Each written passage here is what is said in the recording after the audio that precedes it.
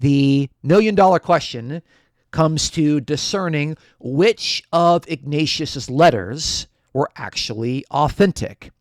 In order to figure out what he actually believed about God, Christ, and the Holy Spirit, we need to figure out what did he actually write. Now, all Ignatian scholars agree that there were some letters that were actually forged in the name of Ignatius. This is not really a controversial point. All Ignatian scholars acknowledge that we have some letters that were written in his name long after he died. So those are not going to be helpful for figuring out what Ignatius believed about the Father, Son, and Holy Spirit. People speaking on Ignatius have really been guilty of just repeating what other people in the past have said without actually looking at the data for themselves and looking at all the manuscripts that we have at our disposal in the 21st century.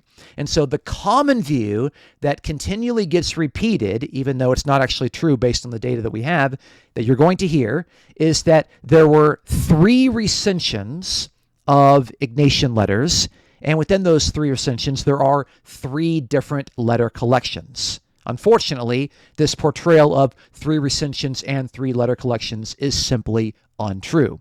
In fact, we know of at least 5, count them, 5 recensions, and the letter collections, we have collections of letters that have 1 letter, 3 letters, 5 letters, 7 letters, 9 letters, 12 letters, 13 letters, 15 letters, and even as many as 17 letters.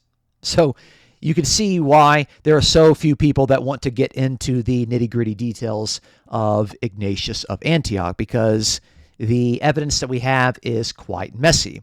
This was all brought to the forefront in this book, the 2019 book by Marcus Vincent, called Writing the History of Early Christianity. And he's got a massive chapter on the person of Ignatius, and he makes the point, he makes the argument, very successfully, in my opinion, that the short Syriac recension is actually the authentic letters of Ignatius, and everything beyond that has been expanded from those 3, and that we have obviously up to 17 now letters of Ignatius. 14 of those, of course, are going to be direct forgeries written long after Ignatius had died. Now, this has been taken up and worked quite thoroughly in one of the students of Marcus Vincent named Jack Bull, and I would highly recommend his YouTube channel called Patristica. It's very good. And Jack Bull has a book coming out later this year that's going to be a reworking of his doctoral dissertation